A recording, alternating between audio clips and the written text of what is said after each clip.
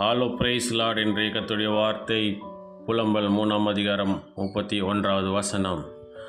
ஆண்டவர் என்றென்றைக்கும் கைவிட மாட்டார். பிரியமானவர்களே, ஆண்டவர் நம்மை என்றென்றைக்கும் கைவிடாத தேவனாக இருக்கிறார். அவரை நம்பியிருக்கிற ஒவ்வொரு பிள்ளைகளுக்கும் அவர் முன்னேறுவதற்கு தேவையான எல்லா வழிவாசல்களையும் அவர்களுக்கு ஏற்படுத்த வல்லமுள்ள தேவனாக இருக்கிறார். இயேசு கடலின் மேல் நடக்கிறதை பேதுரு அறிந்து இயேசுவை போல் தானும் நடக்க வேண்டும் என்று ஆசைப்பட்டு இயேசுவினிடத்திலே, ஆண்டவரே, நீரேயானால் நான் இந்த சமுத்திரத்தின் மேல் நடந்து உம்மிடத்தில் வர கட்டளையிடும் என்றான்.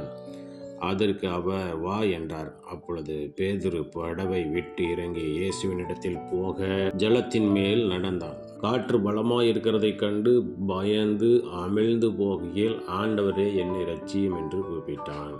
உடனே இயேசு கையை நீட்டி அவனை பிடித்து, அற்ப விசுவாசியே, ஏன் சந்தேகப்பட்டாய் என்றார். சந்தேகப்படும் போது பேதுரு ஆழ்ந்து போனான் என்று பார்க்கிறோம். ஆகவே நாம் நிர்மூலமாகாதிருக்கிறது கர்த்தருடைய கிருபை என்று வேதம் சொல்கிறது. அவரை நம்பியிருக்கிற பிள்ளைகளை காற்று வந்தாலும் எந்த விதமான புயல் அடித்தாலும் அவர்களை அதன் மேல் நடக்க செய்கிற தேவனாக இருக்கிறார். சந்தேகப்படாமல் நடந்தால் அவரை நோக்கி போய் சேர முடியும்.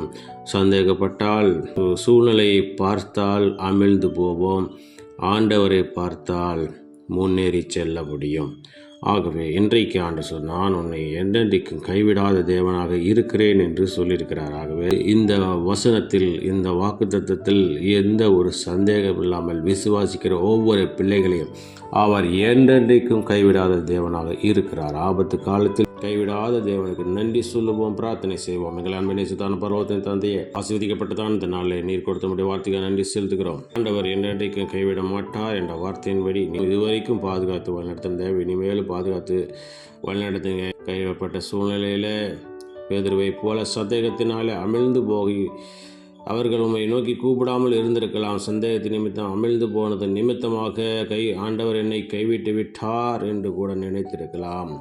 இன்றைக்கும் கூட நாங்கள், ஆண்டவரே, மறுபடியும் உணர்ந்து உம்மிடத்திலே, கர்த்தாவே, என்னை ரட்சியும் என்று பேதுரு கூப்பிட்டது போல, ஆண்டவரை ரட்சியும் என்று சொல்கிற ஒவ்வொரு பிள்ளைகளையும் நீர் கண்ணோக்கி பார்த்தவர்களை ரட்சித்து மீண்டும் பிரச்சனைகளின் மேல் நடந்து ஜெயத்தை எடுக்கத்தக்கதாக அவர்களுக்கு கிருபை செய்வீராக.